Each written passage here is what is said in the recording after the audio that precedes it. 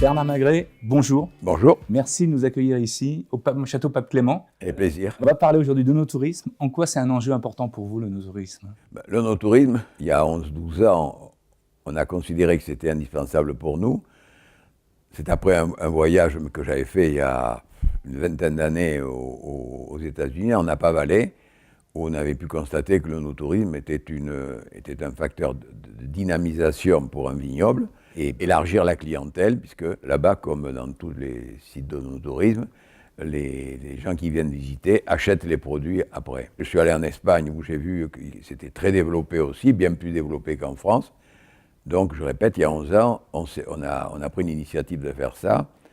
Et en fait, c'est aussi pour créer la fidélité avec des consommateurs de nos vins, c'est créer ce qu'on appelle des influenceurs.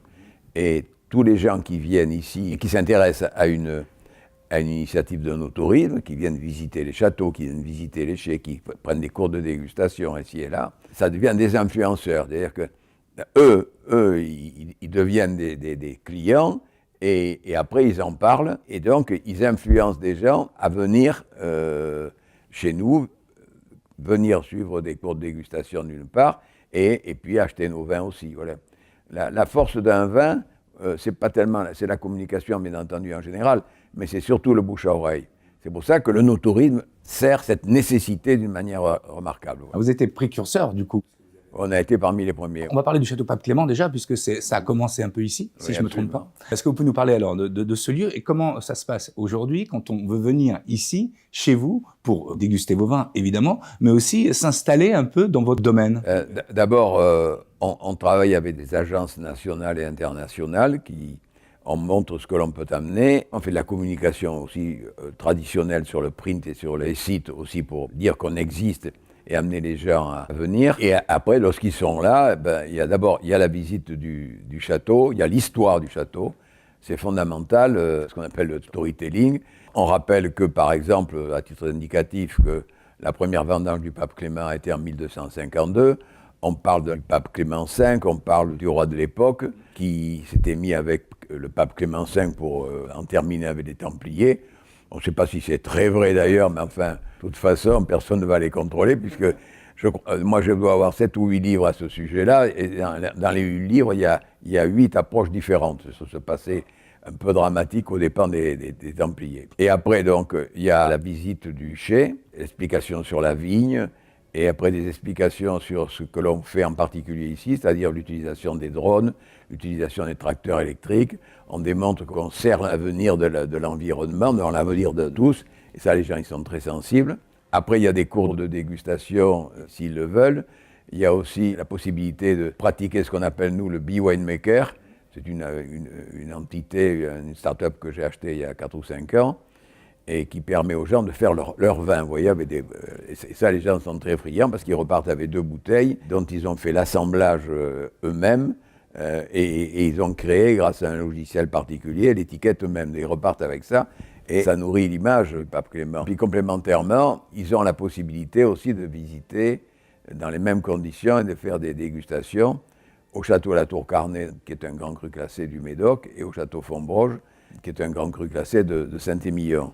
Et là, ils peuvent y aller de 2 manières, soit en voiture avec, vous savez, tous les équipements de Rolls et autres que nous on a, qui sont en adéquation avec la célébrité des vins que l'on vend, et ils peuvent le faire aussi en hélicoptère, bien entendu. On peut dire que vous êtes vraiment un acteur ici, sur notre région, pour favoriser et développer l'image de la région. Ah oui, bien, par la même occasion, puisque les gens viennent et ils peuvent coucher ici, bien entendu. Et il y a des chambres ici, c'est la même chose à la Tour Carnet, c'est la même chose à Fontbroge, voilà. S'ils vont visiter la région, ils peuvent rester là. C'est une mission d'hôtellerie aussi, voilà.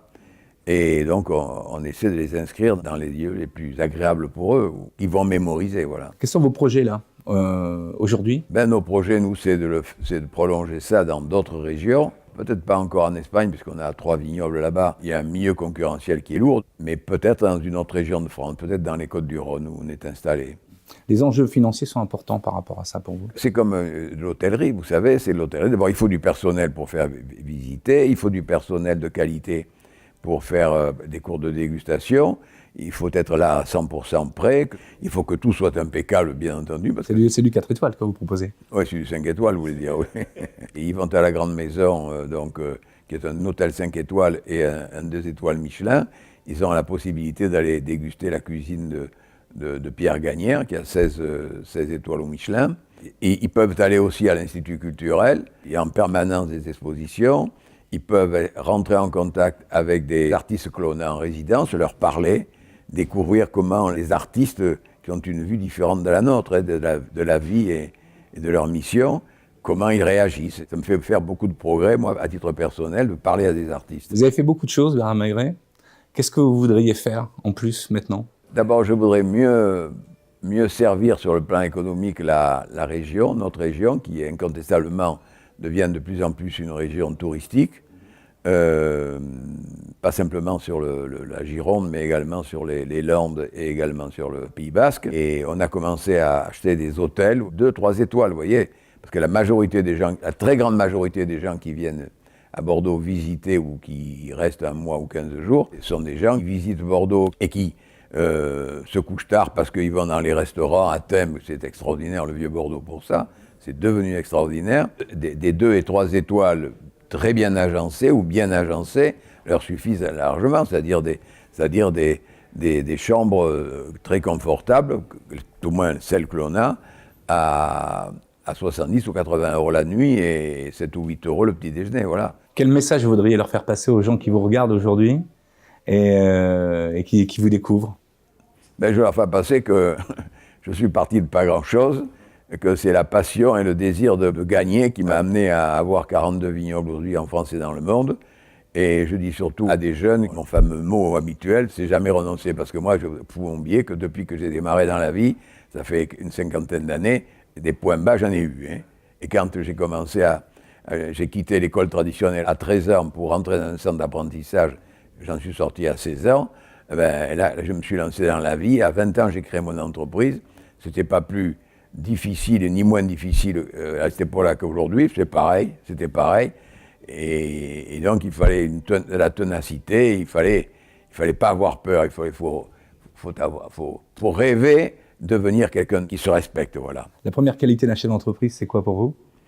La pugnacité, la curiosité qui amène l'innovation, et surtout depuis 4-5 ans, que ce soit dans le vin ou dans tout autre métier, la recherche des tendances futures des consommateurs qui sont nos clients, qui font nos entreprises. C'est les consommateurs qui font nos entreprises. Et les consommateurs, ils évoluent énormément. Ben nous, il faut leur amener ceux qui n'ont peut-être pas encore décidé d'acheter, mais qui est inconsciemment dans leur désir. Voilà. Qui peut vous donner des conseils aujourd'hui? On a ce qu'on appelle un groupe de conseils ici, que je vois tous les 2 mois à peu près, oui, ils sont 4. Ce sont des gens qui dans la vie, ont parfaitement réussi dans leur mission. Et je leur explique ma stratégie et on discute dur quelquefois. Mais c'est indispensable. Parce que moi, j'ai 100% de l'entreprise, je suis seul, quoi. Hein. Bon, j'ai des enfants, bien entendu, mais à décider, je suis seul. Et j'ai besoin de faire des allers-retours avec des gens que je considère être capables de bien me conseiller, quoi. C'est indispensable. L'avenir, vous le voyez comment? Moi, je suis très optimiste. J'ai toujours vu des moments terribles. J'ai vu la guerre du Golfe, j'ai vu ci, j'ai vu là. J'ai vu à 9 ans, je suis né en 36, à 9 ans, jusqu'en 45, donc, j'ai vu les nazis nous occuper à Bordeaux comme ailleurs. J'ai vu les difficultés de la nécessité de la liberté, tout ce qu'on peut souhaiter au monde, quoi. La liberté d'expression, et l'équilibre mental, quoi. Et ça, c'est pas facile à faire, ni dans l'un sens, ni dans l'autre. Le mot de la fin, ça serait quoi pour vous? Le mot de la fin, c'est que la vie est formidable, quoi. Il faut la vivre parce qu'elle est formidable. Et je dis pas ça parce que j'ai mon âge, je me le suis toujours dit depuis l'âge de 20 ans. La vie est formidable, il faut la gagner, quoi. Voilà. Merci, monsieur Maigret. Avec plaisir.